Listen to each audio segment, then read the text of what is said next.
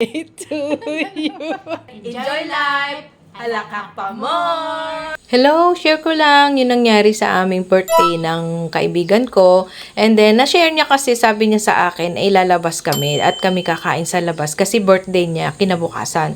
So, madaling sabi, naisip ko, ba't lalabas pa kami? Dito na lang sa bahay ko. Sabi ko, kinonvince ko siya, sabi ko, dito na lang tayo sa bahay namin. So, yun na pagkasundoan. Kaya ako naman, ito, muli na makakain namin. Pero di niya alam yan at nagluto ako. So, ito na nga, dumating siya at sinorprise ko siya. Dahil actually, may regalo ko sa kanya noong bagong dating kami galing Japan. So, hindi ko siya nabigay.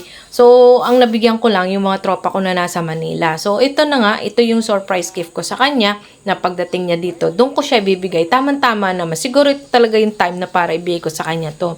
So, madaling sabi, may prepare kami para sa isang event naman na gaganapin na hindi kami makakapunta. Good morning! Oh, kaya daw nga pala may bisita. Hi! Hello! Nandito na ako! Thank you!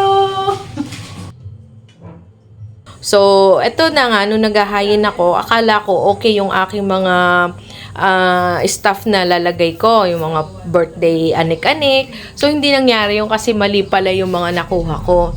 Dahil yun galing sa mga staff ng mga apo ko na natapos na.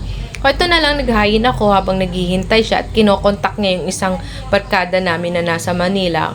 Kaso, hindi niya makontak. Tapos, isa naming kaibigan na nandito sa Calapan, hindi rin makakapunta kasi nga, biglaan, and then mayroon siyang dapat i-attend na pasyente, so hindi nakarating si Ditas. So kami na lang dalawa, kaming dalawa yung nagbobolahan nung araw na yan. So far, maganda naman naging outcome kasi ang saya namin talaga. Kasi ang handa lang naman namin na nabili ko para sa kanya, parang regalo ko na rin sa kanya ito dahil lang sabi ko, kesa naman tayo gumastos pa, tsaka sa labas ang init naman lumabas kasi 11 o'clock siya dumating dito pasado.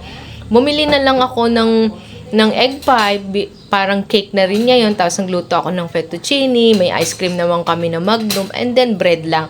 So, kanya lang kasimple, pero masaya naman kasi. Sabi ko nga sa kanya, mas okay yung hindi na paplano dahil natutuloy. Yun din naman yung sabi niya. So, ito, kaming dalawa na nga lang ang naging kumakain dito dahil lang wala namang kaming invited. Dahil hindi naman ako nag-i-invite since siya yung my birthday at saka siyempre, dapat siya yung mag-invite kasi siya yung my birthday. So, mas feel naman niya na kami lang okay na kaming dalawa. Kaya kahit naman kami dadalawa, naging masaya naman yung aming pagsasamang dalawa dito. Dahil bihirang-bihira kami magkita since siya ay my work. Ako naman ay marami ding ginagawa. Pero at least, nagawa niya ng paraan kasi hindi siya talaga pumasok ng araw na to. Sinadya niya pala na hindi pumasok kasi ako yung naisip niya na puntahan sa araw ng birthday niya na hindi ko naman naalala. Birthday niya pala. So, ako yung nag-surprise sa kanya. Kaya nagulat siya na ako yung may pa-surprise sa kanya kahit short notice lang itong mga ginawa ko sa kanya. Sa awa ng Diyos, naging okay naman yung aking kaunting handa at nagkasya naman sa aming dalawa at labis pa.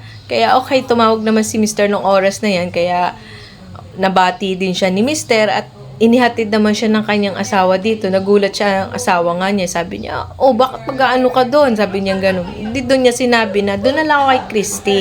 So, ayun. Eto na nga, kinakantahan ko siya. Happy birthday! Happy birthday! Happy birthday to you! At dahil happy birthday din na! Nasama ka na din sa handa namin. Ayan, hindi ka naman kita.